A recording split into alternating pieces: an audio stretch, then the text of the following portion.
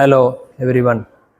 இங்கே நம்ம இப்போ பார்க்குறது ஃபஸ்ட்டு டைம் மெடிக்கல் ஃபீல்டில் ஆர்டிஃபிஷியல் இன்டெலிஜென்ஸ் எப்படி யூஸ் ஆகுதுன்ற ஒரு அணுகுமுறையில் இயர் நோஸ் த்ரோட் காது மூக்கு தொண்டை பகுதியில் ஆர்டிஃபிஷியல் இன்டெலிஜென்ஸியை வச்சு ஒரு ஆர்டிஃபிஷியல் இன்டெலிஜென்சி கிளினிக், அதாவது இது மனிதர்கள் இதனிடம் முதலில் கொடுக்குற சிம்டம்ஸு, எனக்கு இந்த வியாதி இருக்குது, என் பேர் இது, என் வயசு இது, எனக்கு இந்த வியாதி இருக்குதுன்னு சொல்லிவிட்டு ஆர்டிஃபிஷியல் இன்டெலிஜென்சி 95% அக்யூரஸியில் டிடெக்ட் பண்ணுதுன்னு உலக அளவில் ஒத்துக்கொள்ளப்பட்டிருக்கிற இந்த சூழ்நிலையில் முதல்ல பேஷண்ட்டு, அதுவும் நிறைய கிளினிக் நிறைய கூட்டம் இருக்கிற பேஷண்ட்ஸ் இருக்கிற இடத்துலலாம் இது ரொம்ப யூஸ்ஃபுல்.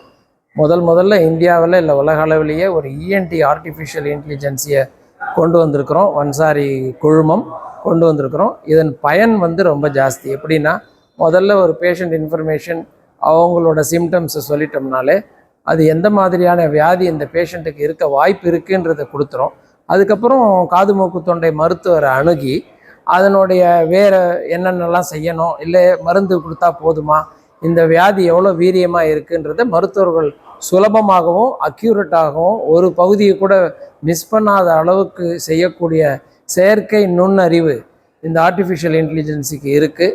இது மென்மேலும் வேறு விதமான பரிமாணங்களில் வளர்ச்சி அடையிறதுக்கான முயற்சியும் எடுத்திருக்கோம். இது எங்களுடைய முதல் படி.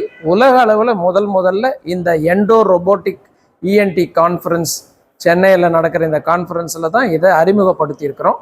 எல்லாருடைய ஆதரவுடன், இஎன்டி டாக்டர்ஸினுடைய ஆதரவுடன் இது மென்மேலும் பலவிதமான பரிமாணங்களை அடைந்து it will take its own shape and go to the medical profession and helpful to the humanity ன்னு சொல்கிறேன். Thank you very much.